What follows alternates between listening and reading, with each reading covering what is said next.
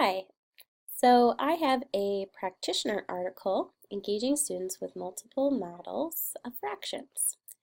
And it was published in Teaching Children Mathematics in October 2015. And it's a really great article.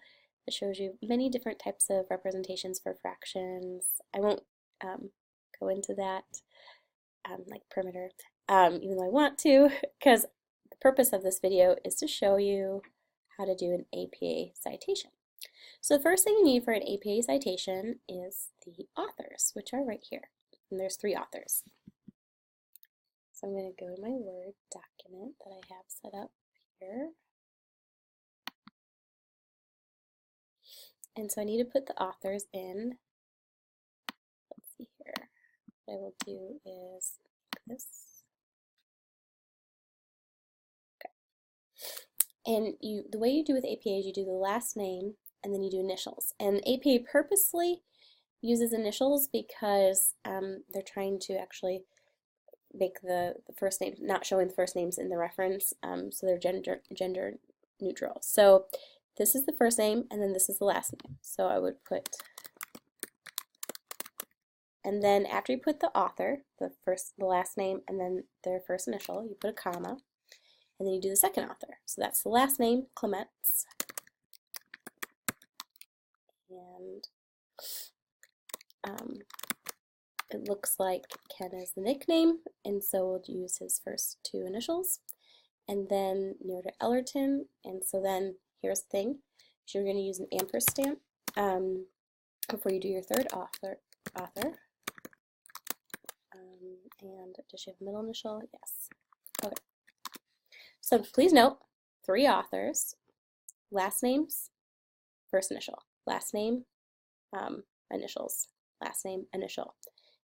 More than 2 authors, more than 2 authors, you do it author 1, author 2, and then this ampersand. If there's 2 authors, you would do that in between. All right, next you put in the year. This was 2015, the article, and then a period.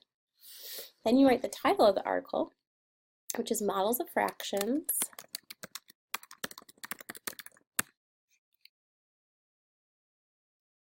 Oh, actually, that is not the title of the article. Engaging students with multiple models. So I would go engaging students with multiple models of fractions. It's important to note here that the title of the article is in lowercase. So the first letter of the title is capital, and then the rest is lowercase. The only way you would have any capital letters in here is if it was like a proper noun. Okay, and then after the period, you do a space. You put the journal title in.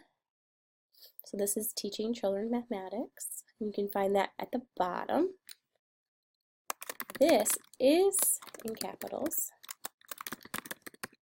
and it's in italics.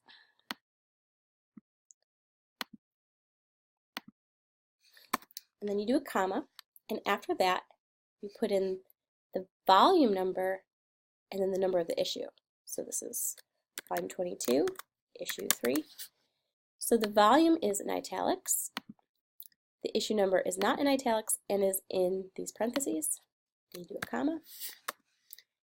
And then you put the page numbers in. So this article starts technically on page 139, and it goes until page, look at all those great representations for fractions, it goes until page 147. So you would do 139-147. I purposely did it like this because you see how Word changed my dash into an end dash?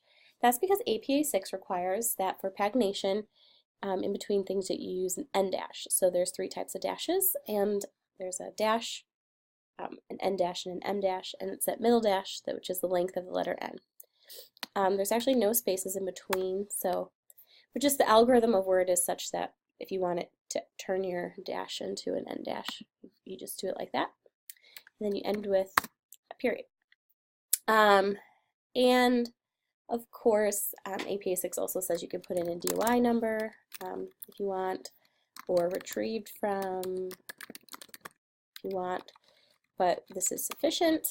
So here you have an example of APA 6.